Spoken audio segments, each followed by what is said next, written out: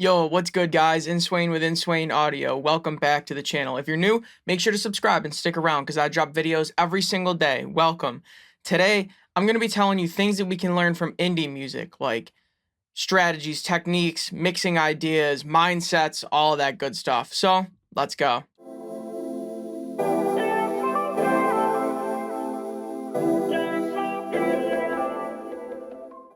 Okay, so stereotypical indie music, right? Indie short for independent. It's DIY, do it yourself, record it at home, work with what you have, make it work. So sometimes they have cheap recording setups or they have to get creative with the recording setups and make do with what they have.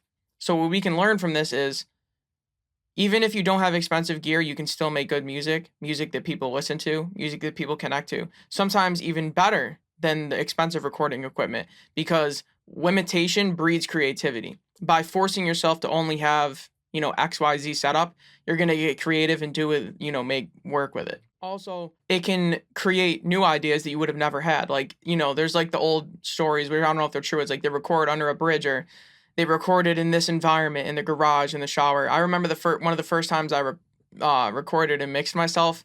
I didn't really understand that reverb was like a plugin, and I was like, my voice sounds good in the shower, so I set my microphone up in the shower and recorded myself in the bathroom to get reverb in the recording, which was a horrible idea, but I loved it. It was fun. I learned from it. It was a great experiment.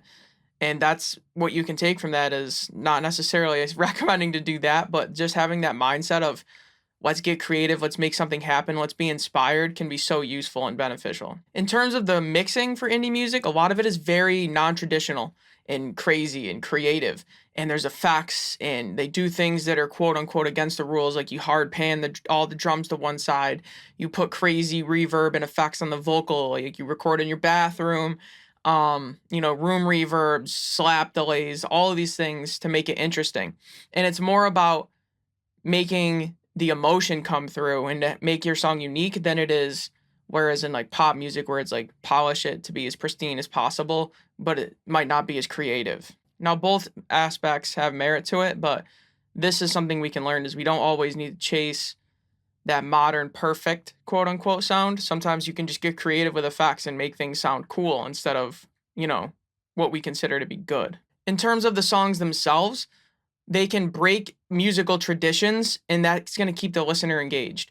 They might use what's called like an anti-chorus where instead of, the verses are quieter, subtler, less parts, and then the chorus explodes and is bigger, louder, wider, all that, right? More layers. Sometimes they do the opposite where the verse is how it is and then the chorus gets really small and stripped down. Quieter, narrower, whatever, multiple of those things. And that's an anti-chorus. And because we're so accustomed to the big chorus, when we hear the anti-chorus, it catches our attention even more. It has an even bigger impact. It kind of has the exact opposite impact, which in turn makes it feel bigger, right? That's just one example. They might have unique song structures, long intros, short intros, sound effects, buzzing noises, record as a tape, make it low quality, lo-fi, whatever it is, they're going to break standards sometimes. And this isn't all the time, and you don't always need to do this, but this is something huge that we can learn that you can implement into your music when you feel it's applicable. You could take one of these things, all of these things, some, a few, incorporate them your own way, spin them your own way. But there's so much we can learn just from indie music in any genre for that matter. And I just made a video about what we can learn from punk music, and now I made this one, and I might make it a whole series about each different, unique genre and what we can learn from them. Because if you're always working in one genre and you're not listening to other genres even, you're boxing yourself in. Even if you don't work with or make indie music, you can still learn mindsets from this video that you can apply to your genre of rock, rap, whatever. So, hope you got something from that. Let me know down in the comments below. If you didn't get anything from it, don't even worry. I got y'all. Coming back tomorrow with another video and the next day and the next day. Please make sure to like, comment, and subscribe. I'd appreciate it. Inswain with Inswain Audio. Peace.